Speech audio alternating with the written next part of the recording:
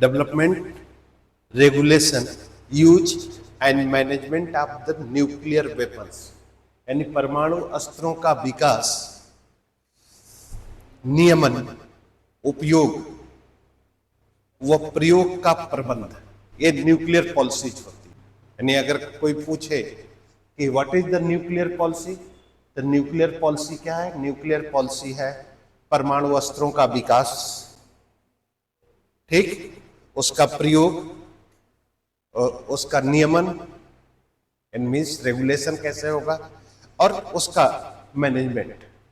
दूसरी बात इंपॉर्टेंट ये है न्यूक्लियर पॉलिसी का, important element of foreign policy in nuclear weapons phase, ठीक, परमाणु अस्त्रों के युग में न्यूक्लियर पॉलिसी विदेश नीति का एक महत्वपूर्ण तत्व है।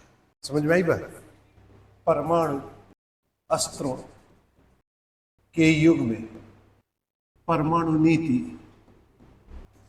नीति विदेश नीति का प्रमुख तत्व, ठीक, क्लियर? अब जो यन पॉलिसी है, यन पॉलिसी समझ रहे हो? न्यूक्लियर पॉलिसी, ठीक, वह है इंडिया की डेवलपमेंट पॉलिसी, ठीक, यानी मीन्स कि भारत की जो परमाणु नीति है वह एक विकसित परमाणु नीति है। क्लियर? अब विकसित परमाणु नीति होने के कारण 1947 से लेकर नौ अब तक इसको 3 स्टेज में डिवाइड किया जाता है। Means first stage, second stage and third stage. Clear? First stage का जो फेज है वह 1947 टू 1967, 1967 टू 1993 और 1993 टू नाउ, अब तक ये फेज है। अब हर स्टेज में 3 चीजें चलेंगी। क्लियर? 3 चीजें हर स्टेज में, 3 स्टेप होंगे आपके। पहला, इंटरनेशनल सिनेरियो या इंटरनेशनल पोजीशन क्या है, ठीक। दूसरा, पोजीशन ऑफ इंडिया, ठीक। और उसके बाद इन दोनों को मिलाकर भारत की एन पॉलिसी। 3 चीजें हैं। हर स्टेप में 3 स्टेप चलते रहेंगे। एक कि इंटरनेशनल सिनेरियो क्या है या इंटरनेशनल पोजीशन क्या है, उसके बाद भारत की पोजीशन क्या है, उसके बाद इन दोनों को मिलाकर भारत की एन पॉलिसी क्या है। क्लियर? अब अगर फर्स्ट स्टेज 1947 टू 1967 का फेज है, ठीक। इस फेज में 2-3 चीजें हैं। फर्स्ट है बाइपोलर वर्ल्ड, द्विध्रुवी विश्व व्यवस्था, ठीक। वेपन्स फॉर्मेशन और बेसिकली न्यूक्लियर वेपन्स, ठीक। और तीसरा, मिलिट्री ऑर्गेनाइजेशन। ये फेज इंटरनेशनल सिनेरियो का था, ठीक। अब दूसरी पोजीशन है, अगर हम इंडिया की पोजीशन ले तो India, first point, new state, ठीक। दूसरा, economical development of the important problem of India, यानी मीन्स भारत की सबसे महत्वपूर्ण समस्या अपना आर्थिक विकास था, ठीक। भाई आफ्टर सेकेंड वर्ल्ड वॉर, ठीक, आफ्टर सेकेंड वर्ल्ड वॉर जब विश्व दो गुटों में डिवाइड हो जाता है, राष्ट्रों के मध्य वेपन्स या बेसिकली परमाणु अस्त्रों की प्रतिस्पर्धा चल रही है, विश्व के अनेक राष्ट्र परमाणु अस्त्रों का निर्माण करना चाहते हैं। तो ऐसी स्थिति में भारत के सामने जो सबसे बड़ी समस्या थी, वह समस्या थी कि अगर भारत परमाणु अस्त्रों के निर्माण में अगर जाता है तो आर्थिक विकास की स्थिति पिछड़ जाएगी, ठीक। इसलिए आप लोगों ने देखा होगा प्रधानमंत्री के एपिसोड में, जिसमें प्रधानमंत्री नेहरू कहते हैं कि जब तक मैं कहूंगा नहीं तब तक आप परमाणु अस्त्रों का निर्माण मत करिएगा। कहते हैं ना डॉक्टर होमियो जहांगीर भाभा से कि जब तक आपसे कहा ना जाए, उनसे पूछा गया कि आप कितने समय में परमाणु अस्त्रों का, तो डॉक्टर होमियो जहांगीर भाभा का मानना था कि 1.5 साल, लेकिन परमाणु अस्त्र भारत की सुरक्षा के लिए एक सबसे सस्ता विकल्प है, सबसे सस्ता, कि परमाणु अस्त्र बना लीजिए, और परमाणु अस्त्र बना लीजिए तो न तो आपको मिलिट्री पर ज्यादा से ज्यादा खर्चा करना पड़ेगा, ना तो डिफेंस पर ज्यादा खर्चा करना पड़ेगा, आपके न्यूक्लियर वेपन से ही सब डरेगा। जैसे पड़ोस वाला के पास बंदूक आ जाए तो पड़ोस वाले के पास अगर बंदूक नहीं है तो डरेगा कि नहीं डरेगा। वही स्थिति यहां पर भी है कि भारत भी यही सोच, डॉक्टर होमियो जहांगीर भाभा का जो कंसेप्ट है कि भारत की सुरक्षा के लिए सबसे सस्ता विकल्प न्यूक्लियर वेपन्स है। इसलिए भारत को चाहिए कि भारत भी अपना परमाणु अस्त्रों का क्या कर सके, निर्माण कर सके, ठीक। लेकिन पंडित नेहरू कहते हैं कि जब तक आपसे कहा ना जाए तब तक आप परमाणु अस्त्रों का निर्माण नहीं करिएगा। क्लियर। अब ऐसा इसलिए किया जा रहा है कि अगर भारत परमाणु अस्त्रों का निर्माण करता है या शस्त्रों की प्रतिस्पर्धा या वेपन्स कंपटीशन में पार्टिसिपेट कर रहा है, यानी participation of the weapons competition, participation of the cold war या participation of the military organisation, अगर ये सब चीजें अगर इंडियन फॉरेन पॉलिसीज में दिखाई पड़ती तो भारत भी न चाहते हुए वेपन्स कंपटीशन की पोजीशन में पार्टिसिपेट कर जाता है। अब जब वेपन्स कंपटीशन में पार्टिसिपेट कर जाता है या वेपन्स कंपटीशन की स्थिति में आ जाता है तो भारत का इकोनॉमिकल डेवलपमेंट पिछड़ जाएगा, क्योंकि कहा जाता है कि weapons competition and ignore of the economical development, शस्त्रों की प्रतिस्पर्धा और आर्थिक विकास की उपेक्षा। दूसरा जो सबसे इंपॉर्टेंट चीज है कि अगर शस्त्रों की प्रतिस्पर्धा और इकोनॉमिकल डेवलपमेंट अगर नहीं होता या ignore of the economical development, तो how can possible that is the decline of USSR, कैसे संभव था सोवियत संघ का विघटन, क्योंकि सोवियत संघ अपने जीडीपी का 40% डिफेंस में खर्च कर रहा है।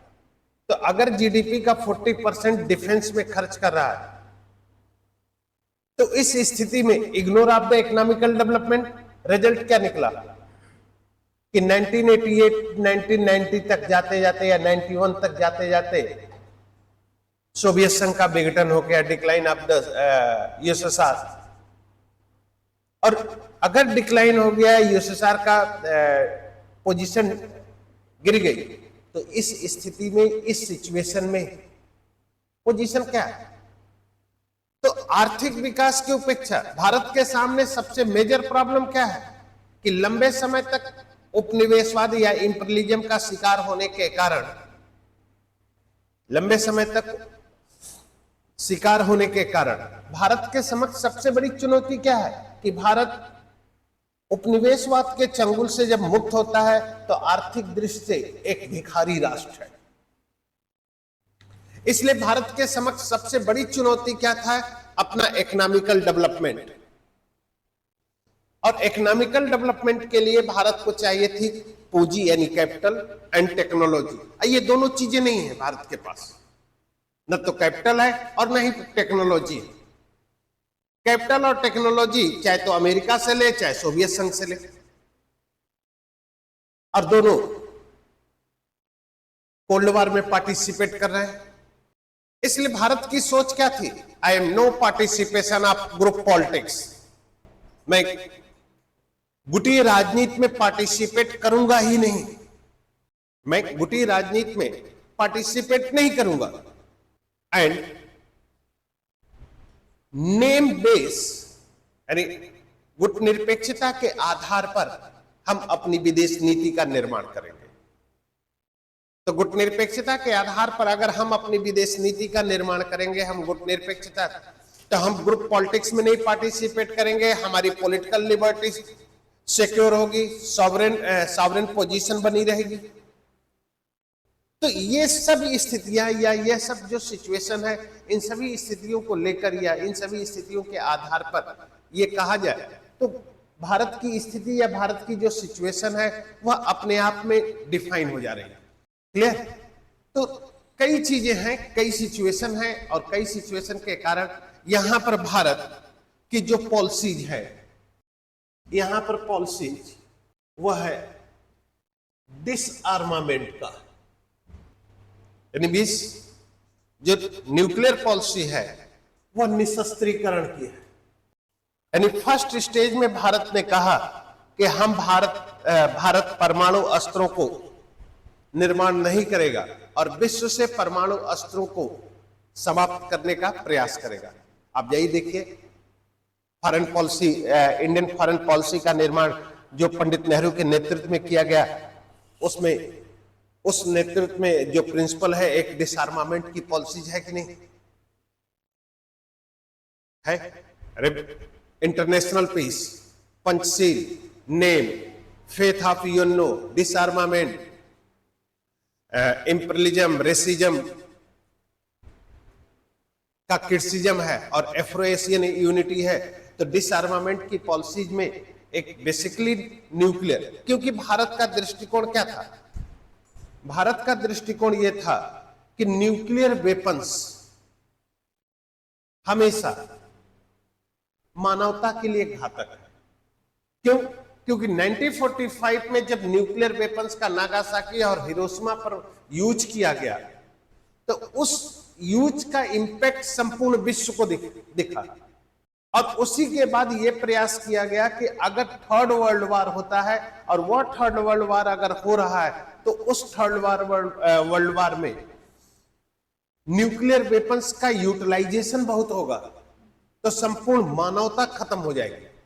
ठीक, इसलिए जब ये सब चीजें आ जा रही हैं तब न्यूक्लियर यानी परमाणु अस्त्रों के प्रसार को लेकर एक ट्रीटी आती है, वह है पीटीबीटी 1963। ठीक, अब अगर 1963 पीटीबीटी आ रही है, ठीक है, तो इस पीटी में या इस ट्रीटी में एक पोजीशन रखे कि अंडरग्राउंड टेस्टिंग को इग्नोर कर दिया गया एंड अदर टेस्टिंग को रिस्ट्रिक्टेड कर दिया गया। यानी means ignore of the underground testing and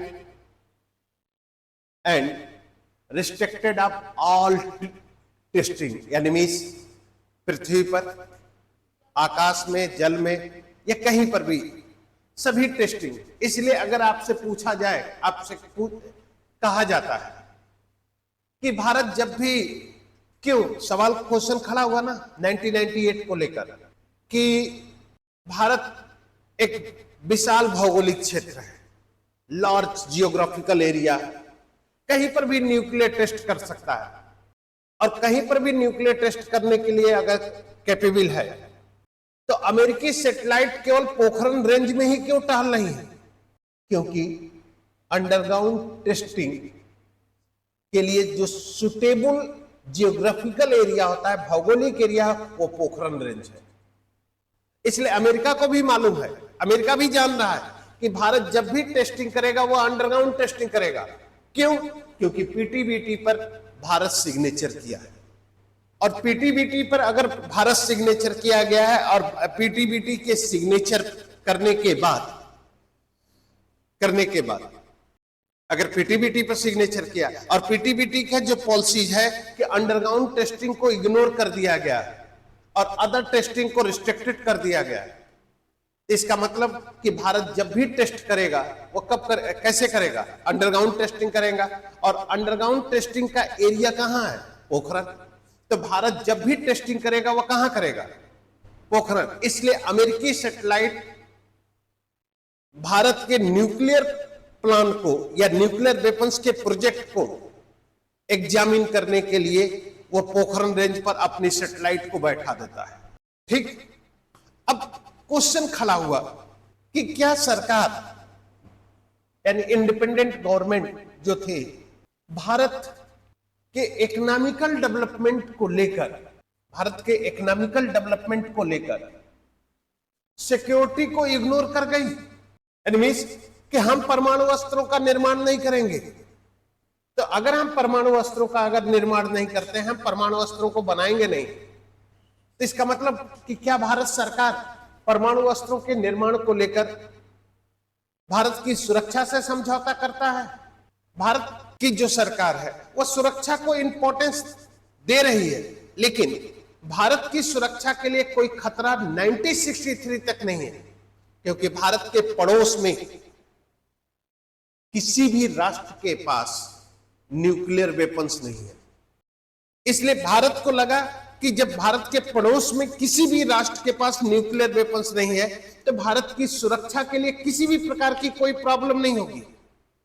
इसलिए भारत ने कहा कि I am no formation of the nuclear weapons, हम परमाणु अस्त्रों का निर्माण नहीं करेंगे। क्यों नहीं करेंगे? क्योंकि हमारी सुरक्षा को लेकर कोई प्रॉब्लम ही नहीं है। ठीक। ये फर्स्ट स्टेज की पॉलिसी थी, यानी फर्स्ट स्टेज में भारत ने क्या कहा कि हम परमाणु अस्त्रों का निर्माण नहीं करेंगे और हमारी जो पॉलिसीज है वह डिसआर्मामेंट पर चलेगी, यानी निशस्त्रीकरण पर चलेगी। ठीक। और इसीलिए निशस्त्रीकरण को लेकर जब पीटीबीटी टीटी आती है तो उस टीटी पर भारत ने क्या कर दिया? सिग्नेचर कर दिया। और पीटीबीटी का प्रोसीजर है कि अंडरग्राउंड टेस्टिंग को छोड़कर अदर सभी टेस्टिंग पर क्या कर दिए गए?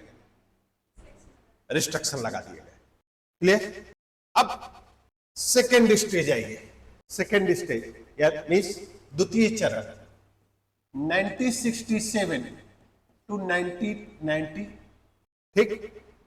यहां पर है जो इंटरनेशनल पोजीशन होगी, यहां पर इंटरनेशनल कि विश्व के अनेक राष्ट्र परमाणु अस्त्रों की प्रतिस्पर्धा कर रहे हैं। क्लियर? परमाणु अस्त्रों की क्या कर रहे हैं? प्रतिस्पर्धा कर रहे हैं। 1963 में चाइना फर्स्ट न्यूक्लियर टेस्ट कर लिया। दूसरी बात 1962 में इंडिया चाइना वार हो जाता है और इंडिया डिफीट कर जाती है। समझ रहे? उसके बाद चाइना एंड पाकिस्तान के बीच एक कोलिब्रेशन होता है, गठबंधन। ठीक। और इस गठबंधन का एक पोजीशन मैं बता देता हूं, जम्मू कश्मीर। ठीक। ये एरिया है, ये है सियाचिन, क्या है जी? ज्योग्राफी तो पढ़ लिया है ना? बताइए क्या है वो, जहां पर लाइनिंग खींचे हैं इसको, इसे कहते हैं सचग्राम वैली, और इसको पाकिस्तान ने चीन को दे दिया। इससे चाइना और पाकिस्तान के बीच कोलिब्रेशन हो जाता है, समझौता है, ठीक। अब अगर ये जो पोजीशन है ये इंटरनेशनल पोजीशन है, और इस पोजीशन में की पोजीशन, अब थोड़ा सा भारत की तरफ चलते हैं। भारत की पोजीशन क्या है? भारत थोड़ा सी अपनी पोजीशन को थोड़ा सा स्ट्रांग बनाया, ठीक है, और स्ट्रांग बनाने के पीछे यहां पर India USSR 20 years peaceful treaty होती है, ठीक, क्लियर हो गया। फिर उसके बाद 1974 में फर्स्ट न्यूक्लियर टेस्ट इन पोखरण। ये अब जो सबसे इंपॉर्टेंट है, यहां पर भारत की पॉलिसी क्या हो गई? जब भारत एनपीटी आता है, 1967 है या 69 एनपीटी आता है, ठीक। तो यहां पर भारत ने अपनी यन पॉलिसीज को ओपन कर दिया, खुला कर दिया, ठीक। अब सुनना, समझ में आ जाएगा कि वास्तव में एक्चुअल पोजीशन क्या हो रही, और ओपन करने के पीछे रीजन क्या था।